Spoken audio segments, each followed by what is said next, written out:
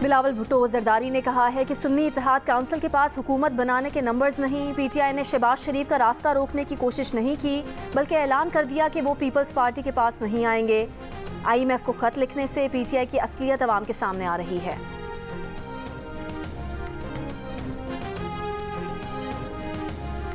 नए स्पीकर और deputy speaker के इंतखाब के लिए पंजाब असम्बली का इजलास। सुन्नी इत्तेहाद काउंसिल के रुकन राना आफ्ताब ने कहा कि अभी 27 मखसूस नशिस्तों का फैसला नहीं हुआ, ऐवान मुकम्मल नहीं, इतनी जल्दी है तो नामों का ऐलान करके इजलास ख़त्म कर दें। जो भी करेंगे ये अदालत में चैलेंज हो जाएगा। नून लीग के स्पीकर के उम्मीदवार मलिक मोहम्मद अहमद खान ने कहा कि इलेक्शन कमीशन के पास वही इख्तियार है जो हाई कोर्ट के पास होता है। आर्टिकल 254 के मुताबिक स्पीकर और डिप्टी स्पीकर का इलेक्शन कराना ज़रूरी है।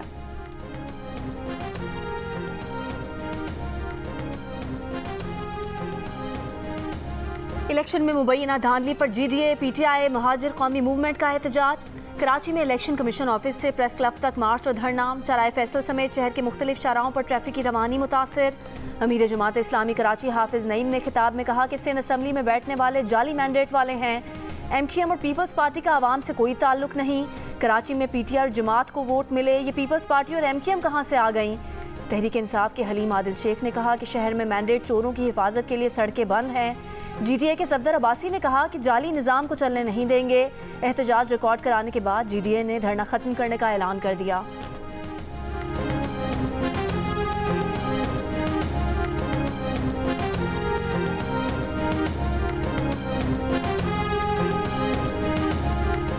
सिंध असम्बली के इजलास में आज 148 मुंतखब अरकान ने हलफ उठाया। अपोजिशन के 13 अरकान हलफ बर्दारी में शरीक नहीं हुए। PTI के हिमायत याफ्ता आज़ाद उम्मीदवार हलफ उठाने नहीं आए।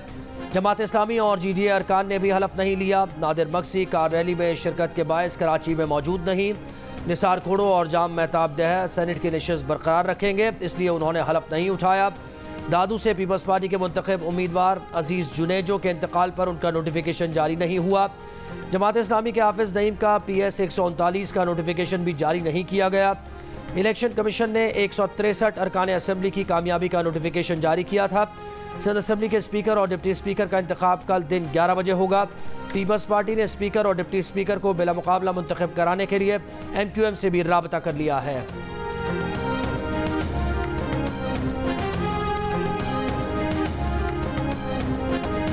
नए स्पीकर और डिप्टी स्पीकर का इंतखाब। पंजाब असम्बली का इजलास जारी। मरीम नवाज की आमद पर शोर शराबा। नून लीग और सुन्नी इत्तेहाद काउंसिल के एक दूसरे के खिलाफ नारे। इजलास शुरू होने से पहले स्पीकर सप्तान खान ने कहा कि सुन्नी इत्तेहाद काउंसिल के वजारत आला के उम्मीदवार मियां असलम इकबाल गिरफ्तार नहीं हुए। गुज़िश्ता रोज़ उनकी गिरफ्तारी का प्रोपेगेंडा चला। उन्हें नहीं मालूम कि असलम इकबाल असम्बली क्यों नहीं आए। असम्बली अहाते में किसी को गिरफ्तार होने नहीं देंगे। ये भी कहा कि मखसूस नशिस्तों के नोटिफिकेशन ना होने की वजह से स्पीकर का इंतखाब नहीं रोक सकते।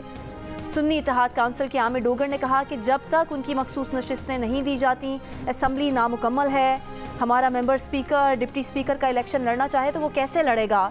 स्पीकर के लिए नून लीग के मलिक मोहम्मद अहमद खान का मुकाबला सुन्नी इत्तेहाद काउंसिल के अहमद खान से होगा।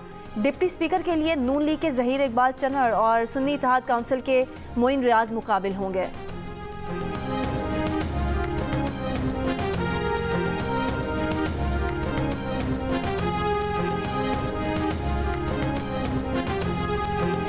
नामजद वज़ीर आला पंजाब मरीम नवाज की सहाफ़ियों से गैर रस्मी गुफ्तगू।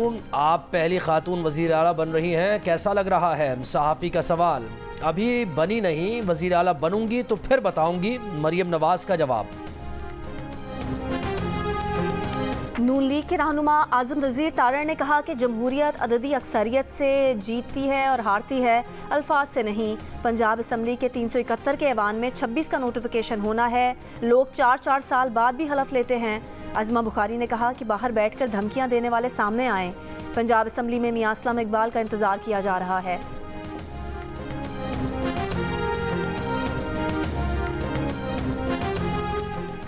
बलोचिस्तान असम्बली का इजलास 28 फरवरी को तलब कर लिया गया। इजलास गवर्नर बलोचिस्तान ने तलब किया। इजलास में बलोचिस्तान के 9 मुंतखब अरकान असम्बली हलफ उठाएंगे।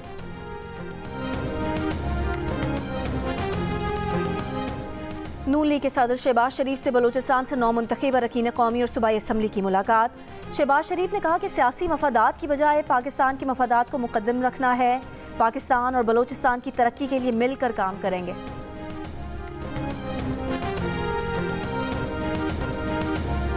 नामजद वज़ीर आला खैबर पख्तूनख्वा अली अमीन गंडापुर की पार्टी कारकुन से गुफ्तगू की वीडियो वायरल। कारकुन ने कहा धांधली में मुलव्वस आरोज की तस्वीर वॉल ऑफ शेम पर लगाने की तजवीज़ है। अली अमीन गंडापुर बोले आरोज को पहले यहाँ से निकाल दें, फिर वॉल ऑफ शेम पर तस्वीर लगाएंगे। कारकुन ने पूछा कि मौलाना साहब खफा हैं आजकल। अली अमीन गंडापुर ने कहा कि मौलाना फजल रहमान पागल हो गया है, पागल खाने में डालेंगे।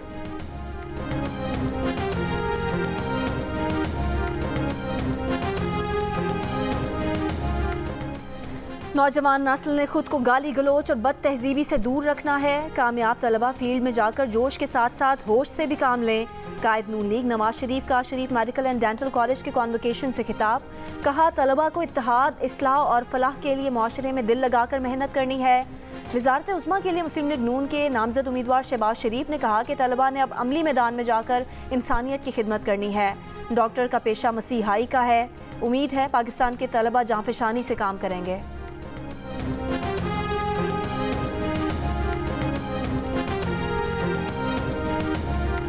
कौमी असम्बली में ख़वातीन और अक़लियतों की नशस्तों की तकसीम के बाद मुस्लिम लीग नून ऐवान में सबसे बड़ी पार्टी बन गई। नून लीग की नशस्तों की तादाद 108 हो गई।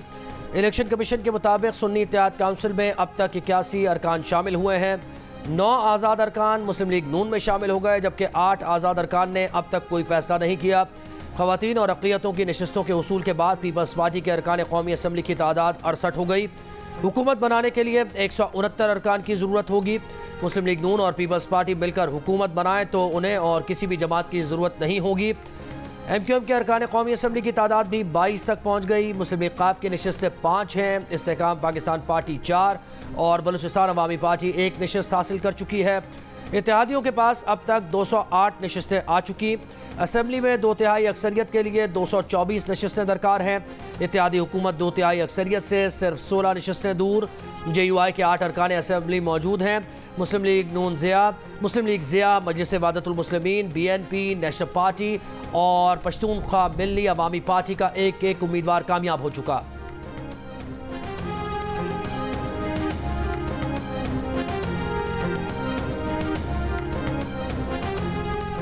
मछली, टिक्का, बोटी, कोरमा और पूरी पराठा। सिंध असम्बली में हलफ बर्दारी के बाद 9 मुंतखब अरकान की मज़ेदार खानों से तवाज़ो। अरकान को चाय, कोल्ड ड्रिंक और कहवा भी पेश किया गया।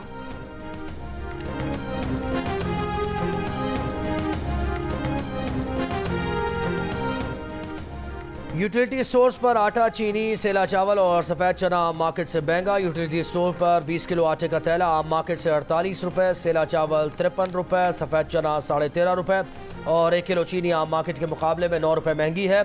आम मार्केट में 20 किलो आटा 2,792 रुपये और यूटिलिटी स्टोर्स पर 2,840 रुपये में मिल रहा है। आम मार्केट में फ़ी किलो सेला चावल 317 रुपये और यूटिलिटी स्टोर्स पर 370 रुपये। सफ़ेद चना मार्केट में 391 और यूटिलिटी स्टोर्स पर 405 रुपये, जबकि चीनी मार्केट में 146 रुपये और यूटिलिटी स्टोर्स पर 155 रुपये फ़ी किलो है।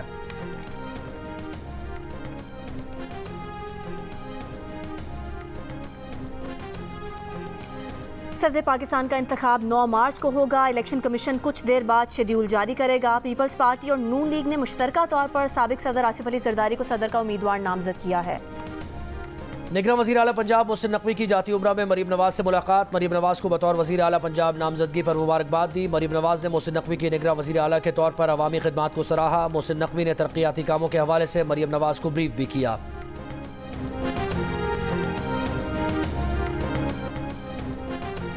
और इंतखाबात में मुबैना धांधली के खिलाफ कराची के अंदर और कुछ दाखिली रास्तों पर अपोजिशन जमातों ने एहतजाज किया।